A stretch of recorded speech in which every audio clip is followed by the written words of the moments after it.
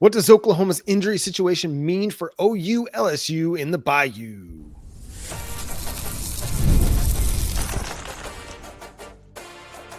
You are Locked On Sooners, your daily podcast on the Oklahoma Sooners. Part of the Locked On Podcast Network, your team every day. What's up, Sooner Nation? Welcome to Locked On Sooners, and thank you for making Locked On Sooners your first listen every single day. Shout out to all the everydayers out there, and I hope you had a very happy Thanksgiving. Yeah, we're thankful for y'all. Here on Locked On Sooners, we are. And today's episode, it's brought to you by Game Time. Go download the Game Time app, create an account, and use code LOCKEDONCollege for $20 off your first purchase over at Game Time. He's Jay Smith. I'm John Williams. The latest injury report creates some opportunity for some guys. We think Jovantae Barnes might play this weekend. He's trending towards that. What do you think that does to the running back situation for Oklahoma? Be honest, it better not do anything. At this point, it better be Xavier Robinson, and that's about that.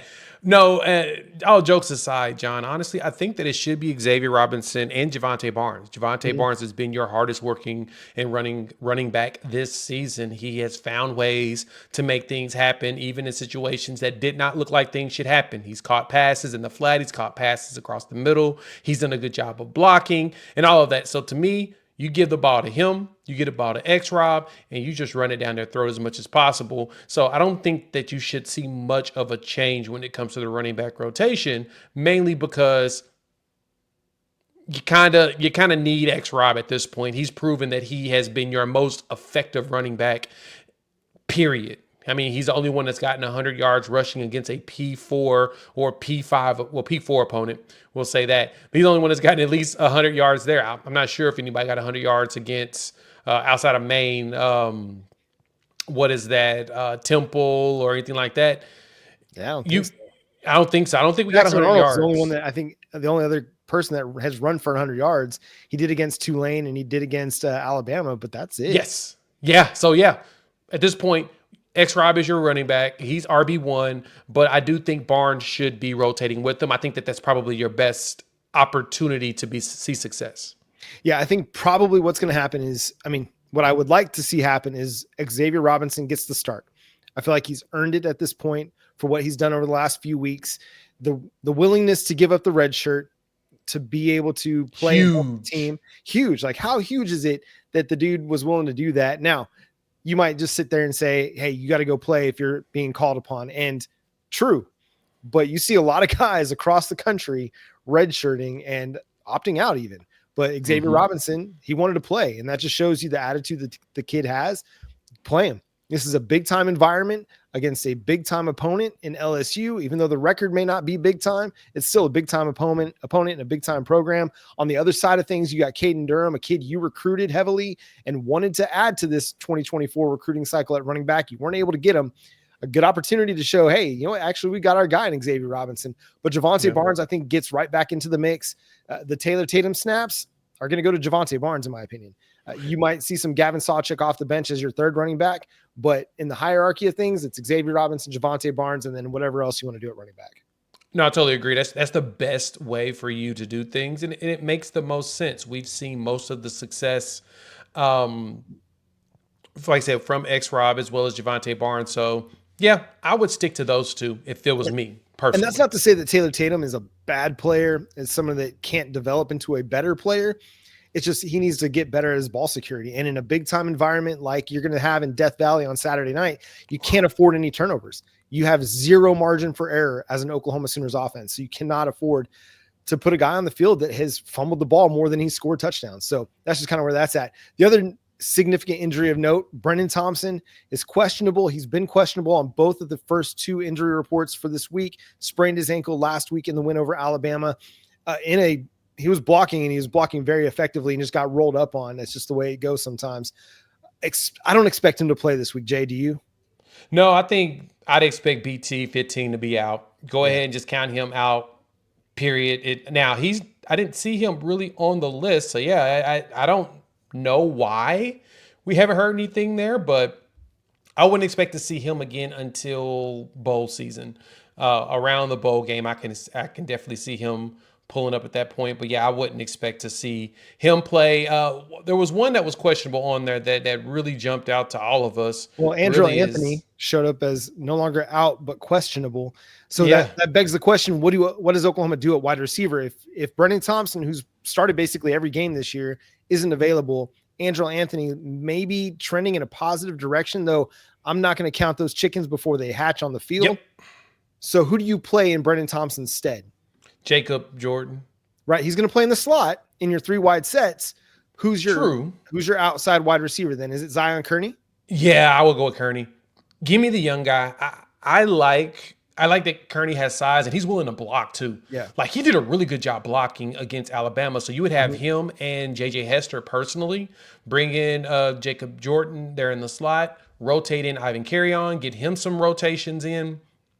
And I guess he's fallen out of grace, but I mean, I would love to see Jaquez Petaway get back out there. He did good against Tennessee. We start to see a little flash.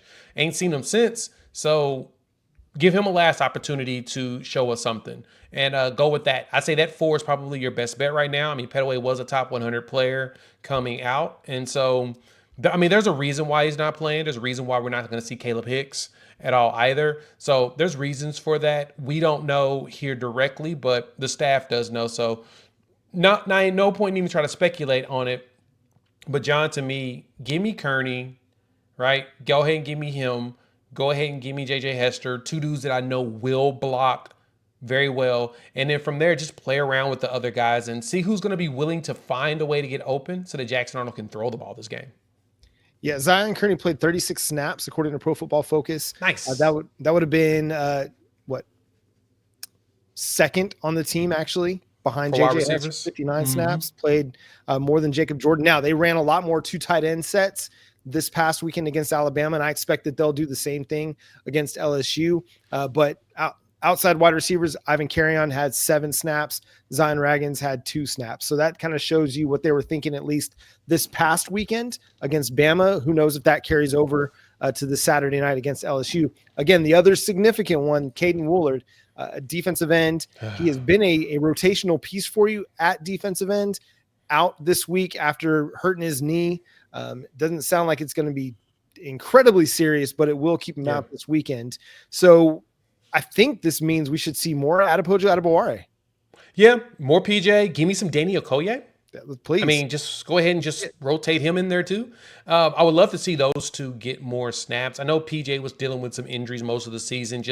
He's just been injury prone, unfortunately. Yeah. But at this point, put that man on the field too. Give me Danny Okoye as well. If you don't feel like PJ's ready or he's not healthy enough, I want more Okoye. Let's get that ginormous human being out there and let's see if he can go out there and wreck shop. Let's see if he is as good as he thinks he is. Not that is as good as we expect him to be, but as good as he thinks he is, because he thinks he's at the top.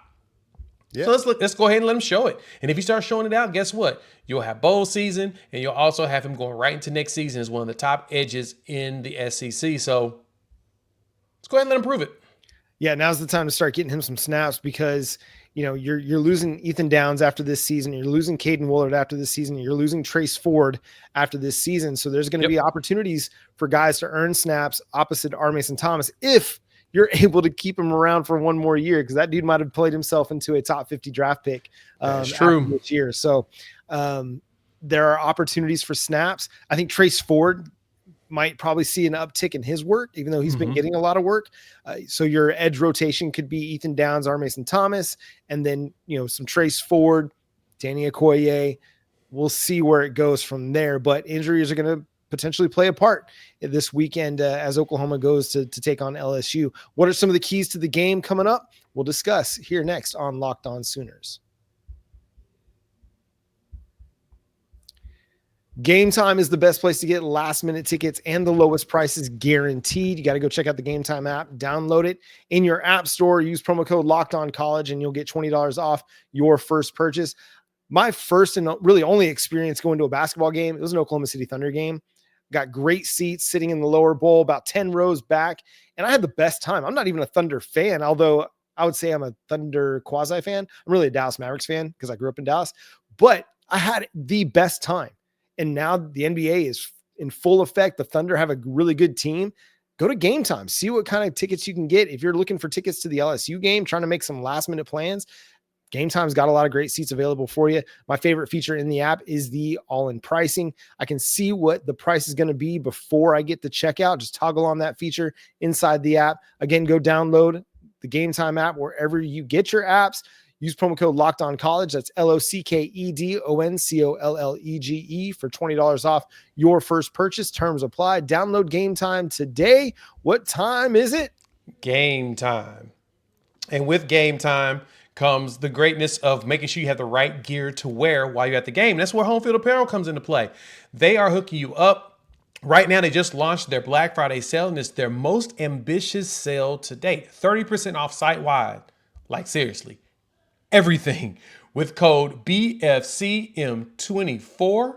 So head over to homefieldapparel.com and use the code BFCM24 now until Tuesday, December 3rd for 30% off site-wide. Homefieldapparel.com. They're hooking you up. All the great vintage gear. Like you said, I'm always rocking this hoodie because it's my favorite one that they have. And they've got other ones. They've even got coaches jackets. They've still got the boxes. Some of those boxes are still available. If you're a Sooner fan, of course, you get those. If you have other teams you want to cheer for also, they've got them there. So check out Home Field Apparel's Black Friday sale. Put in the code BFCM24 now to Tuesday, December 3rd for 30% off site-wide, homefieldapparel.com. Again, thanks for making Locked On Sooners your first listen every single day. Shout out to all the everydayers out there. We are part of the Locked On Podcast Network, your team every day.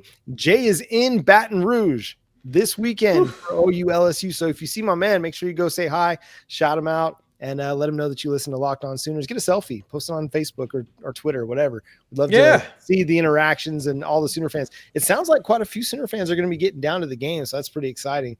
Potentially, maybe a Bayou takeover, maybe. Hey, the one thing that the SEC has learned is that Oklahoma travels. Every road game that I've been on this year, we have been there in droves. When I was in the Grove in Ole Miss, you saw that crimson everywhere walking around. When I was out there in Auburn, they were in shock. Wow, there's a lot of y'all here. I said, yes, we do travel. Even with it being Thanksgiving weekend, this is the cool part, John. As I was preparing for this trip, for my day job, I travel a lot, leveraging American Airlines. Well, I got an email as soon as right before the season started that said something about college football and travel. I was like, let me look this up. So when I looked at it, John, guess what? They've got direct flights from Oklahoma City to Baton Rouge. So prepare yourself. There's going to be a lot of Sooners showing up because typically it's a connecting flight. Baton Rouge is a smaller airport. No.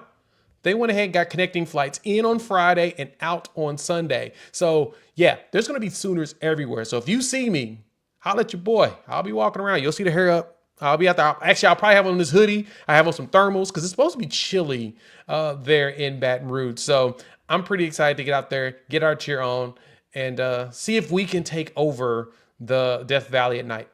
And I'll be here recording live after the game to break everything down. So make sure you're subscribed to the show here on YouTube as well, because it's going to go live not long after the game goes final. And I love to get your interactions, your comments. Jay, as you get ready for this game, what is going to be a key for the offensive side of the ball for Oklahoma? So what we did against Alabama, we're going to have to do that again against LSU. LSU doesn't have a very good rush defense. And I mean, honestly, their defense is kind of suspect in general. We've seen them struggle in a lot of situations.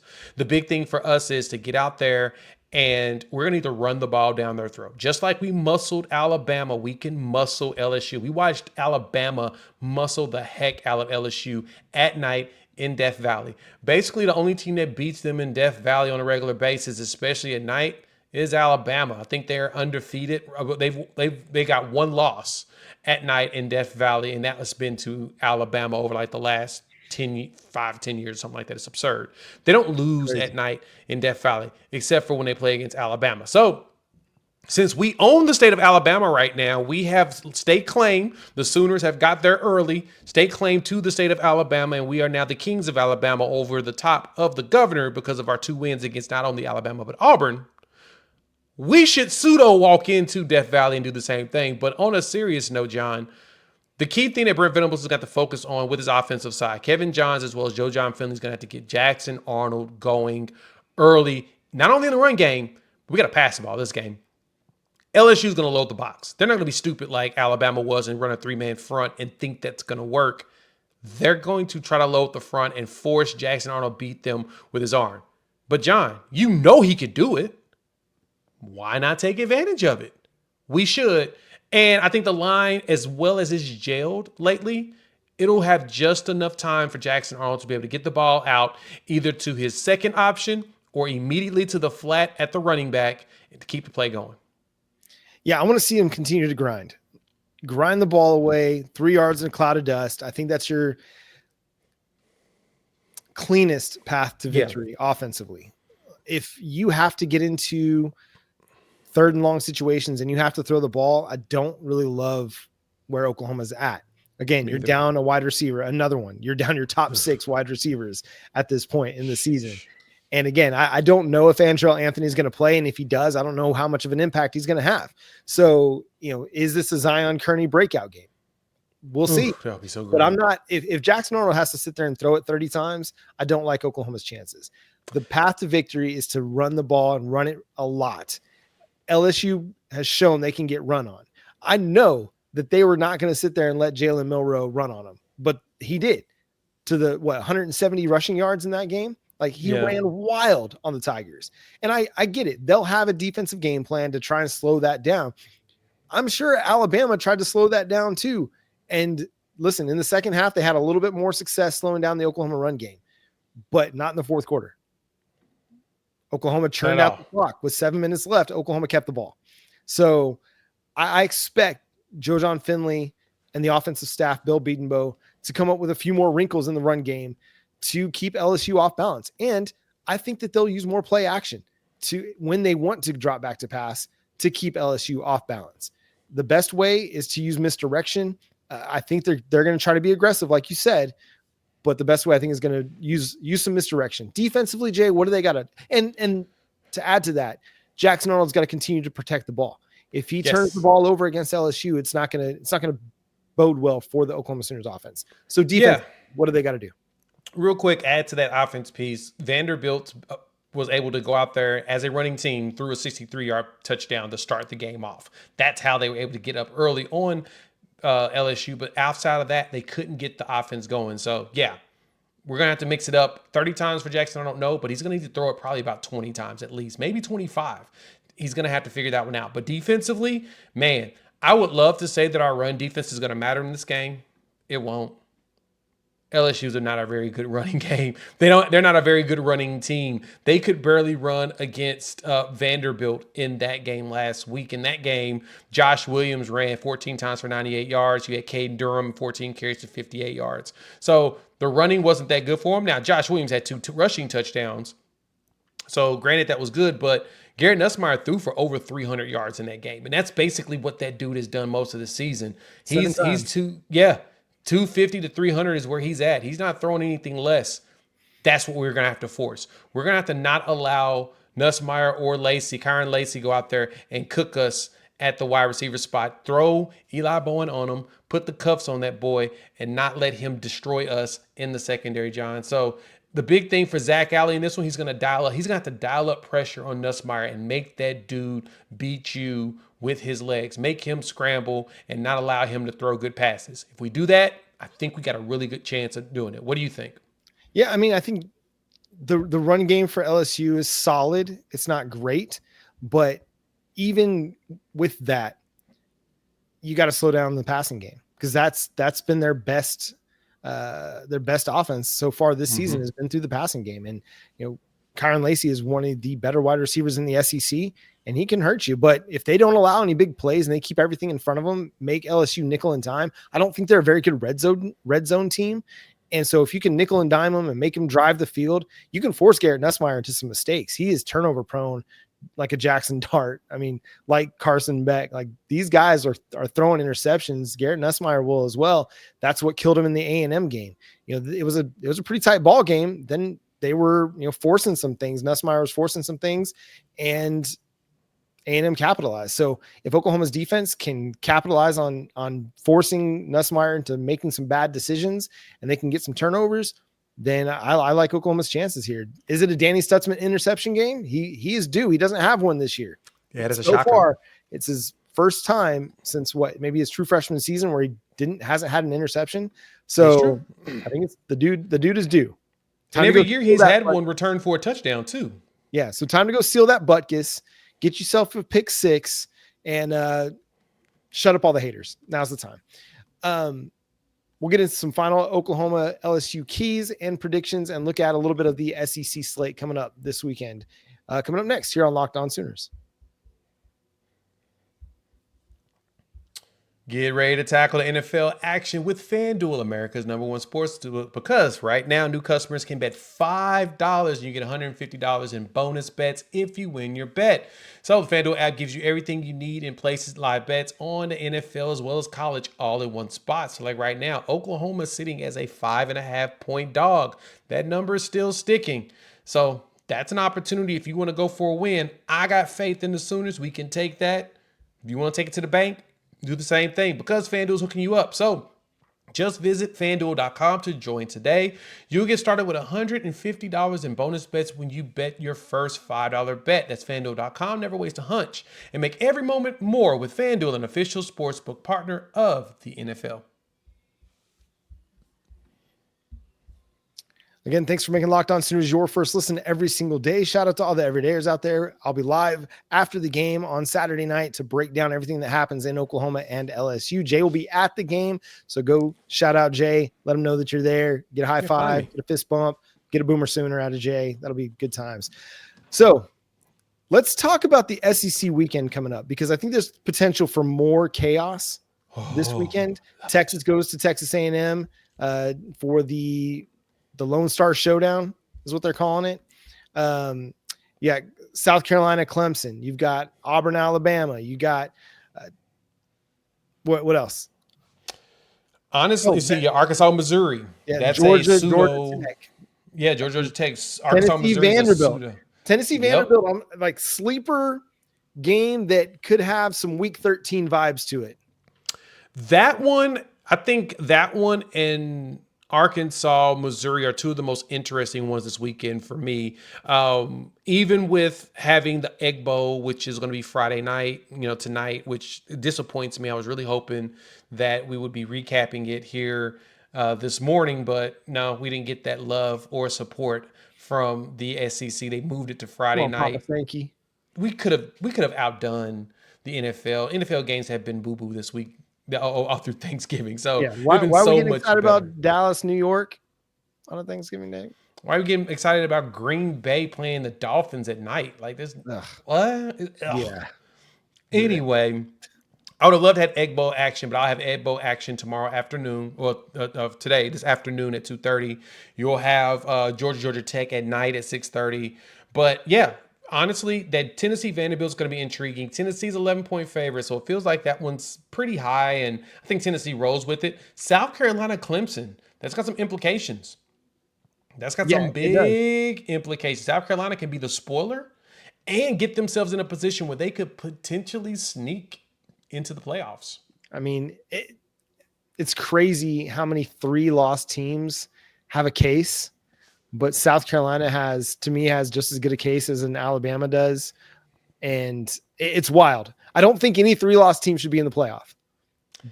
And I know that that's going to rub the pro SEC people the wrong way, but I'm not pro SEC. I'm pro Oklahoma.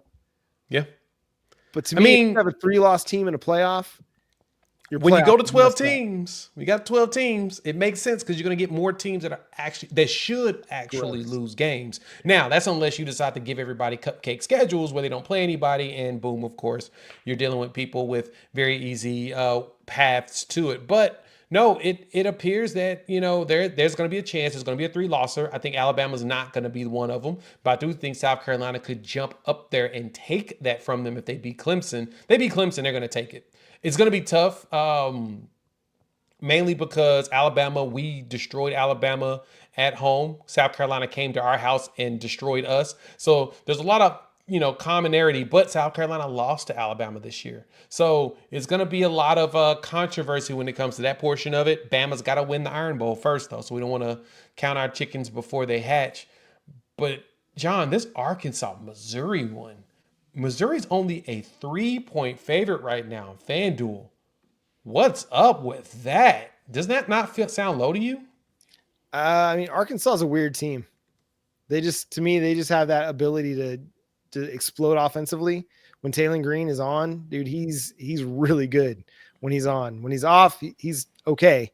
But if he has a good game, which I think he can, Missouri's defense isn't like this lights out unit that can just shut down everybody.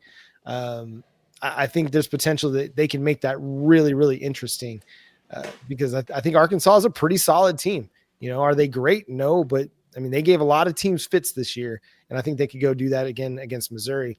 So let's get our final thoughts here on OU LSU, and then we'll talk predictions. So Jay, just your overall feel for this game. How do you feel like Oklahoma is going to perform? In this game, I do think that Oklahoma keeps it a lot closer than expected. 5.5 point dogs on the road is a lot lower than I would have anticipated. That means that we will be like a 1 point favorite at home, roughly, or more so a pick 'em if they were to come to Norman. I don't feel like they're putting enough respect on us at the crib, but I digress. I think we can go out there and muscle them and win this game. It feels like LSU has been reeling. They've lost 3 of their last 4 games. They won their last one, which helps. But they did lose 3 games in a row. And that Vanderbilt game still looked a little sketchy. They were able to get it together. But I don't think Vanderbilt's defense is anywhere near as good as ours. If we go out there and we play some defense and then we, take advantage and take some deep shots on passes, we can get ourselves a big play because LSU gives up some big plays. We get a couple big plays and we just outrun the defense. I mean, heck, J.J. Hester runs a 4-4. Launch that thing up there just like you did against Auburn. Let him go get underneath it and score that touchdown. But you do that and you continue to run the ball and burn that clock with Xavier Robinson and Jovantae Barnes, it's a good chance we can win this game. What you think? Yeah, if they're expecting to load the box, I think play action, deep ball to J.J. Hester on the first play of the game just to say, hey, we're going to throw it if you load the box. Yep. I'm all about that life, man. I have a really hard time with this one. My heart wants to sit there and say Oklahoma, they're going to go into Baton Rouge and win this one. They're going to be able to run the ball just like they did last week against Alabama. I like the way the offensive line is trending in this one. I think they're putting together, week after week, really good ball. And LSU, I don't think is as strong a defense as Alabama's is. But man, they're going into the Tigers' den, Death Valley, Tiger Stadium, Baton Rouge. It's a tough place to play. Can they keep that same level of communication, that same level of consistency on the road in a big time hostile environment? That's the part where I kind of pull back my expectations and I pull back my enthusiasm for Oklahoma's offense. I think the defense will do a good job. If they can limit the explosives in the passing game, I think they'll be able to keep it close. But can Oklahoma play another clean game offensively where they're not turning the ball over in their end? That's the part that I have hesitation about. So as I look at this game, I know a lot of folks are going to look at me as a hater, but I lean toward LSU in a close one, something like 24-20, because I'm not ready to fully trust Jackson Arnold not to turn the ball over. Yeah. You've seen this movie before. If he can go out there and he can play a clean game and not do that, not turn the ball over in his end of the field, or if we don't have a bad muff on a punt return, something like that gives LSU a short field, then Oklahoma can absolutely go win this ball game. Like, this is not an unwinnable game for them. Yeah. Given everything we've seen out of this team through 11 games, I have a hard time in my mind picking them to win it. So I'm looking at LSU 24-20 in this one. Jay, what about you? Yeah, the fact that we turned the ball over against Ole Miss as well as Missouri, but we did not turn the ball over against Auburn on the road. That to me is like, that's going to be the key thing. If we don't turn the ball over in this game, or if we just minimize our turnovers and make sure that if you're minimizing the area in which you turn the ball over, like Taylor Tatum's fumble last week, it didn't kill you because it was in their end of the field. Right. It's an enemy territory. You want to do that. And then, of course, we can get another Kip 6. That would be awesome. I doubt it. But Danny Stutzman, like you said, is due one. So he needs to go jump some routes and take a ball back for the touchdown for this season. But for me, like I said, minimize the turnovers, get in a good rhythm of passing, and throw us some touchdowns. Jackson Arnold, I'm thinking the exact same score. I'm thinking 24-20, but I think it's Oklahoma on the winning end this time around. Honestly, I think our defense can hold them to 10 points. I think we have that capability. And the question is can our offense score enough points to do that? Because LSU scoring wise, they're really good. Even in losses. I mean, they lost to Alabama and still scored 13 points. Our goal is going to have to keep them under that. If we can keep them under 20 points, I think we can score 21 points at least and win the game. But I say 24-20 Oklahoma. You know who's also due for a big play? Peyton Bowen. Yeah, he is. You haven't seen one yet. My man is due for a big play. And I don't know why. It just feels like maybe this is the week. I don't know. Billy Bowman too. I think Billy needs to get himself another pick and actually return one for interception for a touchdown. He hasn't done that this season, which has been kind of wild. Yeah. So anyway, let us know what you think is going to happen in this game, what your prediction is for OU at LSU, who you think is going to be the big time playmaker, the key to the game, and who steps up, who has a breakout performance against the Tigers on Saturday. And again, I will be here breaking it all down. Y'all can yell at me when I'm wrong in the comment section. Listen, I get it. I'm a homer at heart too, and I want to pick them. I really, really do. But it's burned me all year. So here we are. And that's going to do it for today's episode of Locked On Sooners. Thanks so much for tuning in, being a part of the show. Subscribe to the show wherever you get your podcasts. We're free and available on all podcast platforms and on YouTube. So hit that subscribe button and that notification bell over there to let you know when new episodes drop. Follow Jay at Unfair Sports. Check out his channel, Unfair Sports, as well on YouTube. Follow me at John 9 Williams. You can read my work covering the Sooners over at SoonersWire.com. But until next time, he's Jay Smith. I'm John Williams. Boomer. Sooner.